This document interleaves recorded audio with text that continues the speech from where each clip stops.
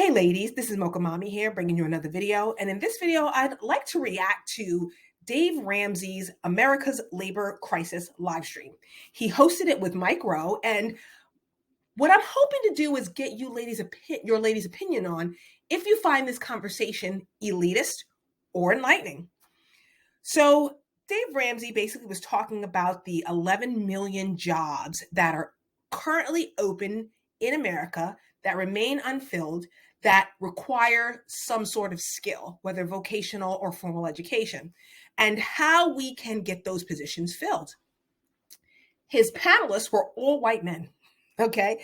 Craig Groeschel of Life Church, who's the pastor and CEO of this huge entity that creates books, podcasts, as well as a huge not-for-profit arm.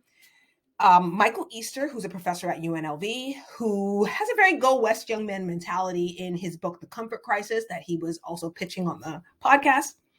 Dr. Nicholas Eberstadt, who is a global economist who has made the rounds on a lot of mainstream media, talking about men out of the workplace, men without work.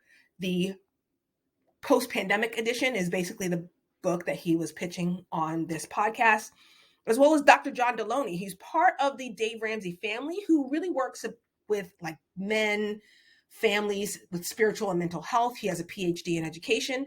And Ken Coleman, who is the Paycheck to Purpose, which is his claim to fame, where he talks about just basically educational and career coaching and what his thoughts were. And personally, he was my favorite panelist.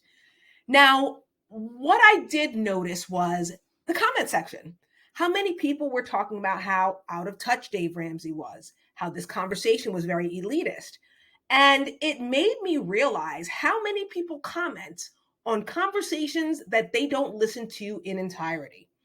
Because if you really listen to it, a lot of it was admonishment of leaders, whether they be business owners, corporate leaders, to do better at training the next generation of young people. And I find it very interesting that all these people were white men, because I did a video about this a year ago called Level Up Through Education 2, saying that the majority culture is not going to take this men out of work crisis lying down. Now, with that, Craig Groeschel of Life Church, he basically had talked about now he does have to create an onboarding process that lets people know the expectations, that clearly communicates the expectations. And even if those things seem basic, we need to communicate those expectations. How many hours of work the position is requiring?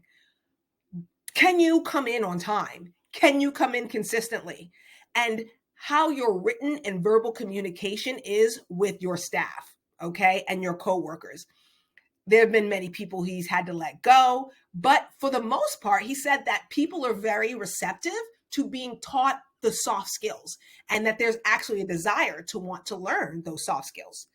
And of course, I would say Ken Coleman, I think the part that really touched me was when he talked about in his professional coaching agency, he had to work with a clinical supervisor, right? A nurse who had a nursing leader who was talking about how all these young nurses who have the technical skills, but don't really have the people skills. And that is something I am confronting right now with the new summer interns and externs and fellows coming through, where they've received a lot of their education online through hybrid education. And some of them just don't have the bedside skills, the patient assessment skills right now. And even though you're kind of used to students at this phase having that, I can't assume that they have that. And now I'm going to really have to walk them through what I consider very basic. And a lot of it is not so much transferring of skills, but the building of confidence. So that is one thing that I'm really finding myself confronting nowadays. What I will say is that Dave Ramsey, I think that he's done a lot with helping people with debt eradication and wealth building. But I do think that he is a bit out of touch. I'll say this, as a Gen Zer, I purchased my first home in San Antonio, Texas for $88,000 with nothing more than a military ID and an LES, which is a leaving earnings statement. Okay. I know for a fact that Gen Zs, millennials, you guys can't do that. You don't have that opportunity. So I understand my privilege. Think about it. Just me sourcing a tiny house for my oldest daughter that she will eventually put on our property, it costs the same amount that I did to become a complete homeowner. Yeah, a tiny house plus transportation and taxes and hookups to utilities is about $88,000. And we already own the land, right? So again, I understand my privilege. I also see that there was really Mike Rowe. He talks about his multi-million-dollar scholarship.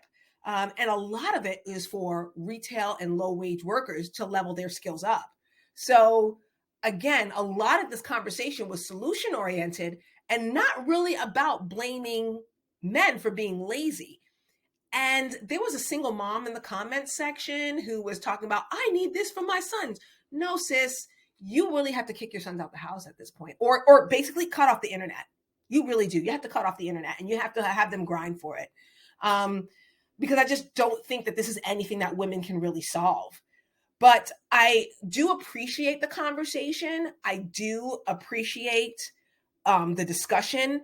And I would really like to leave a link to this as well as my video on Level Up Through Education too, and get you ladies' opinion on it. Please leave in the comment section below what your thoughts were about this live stream. This is Mocha Mommy, and I'll see you in the next video.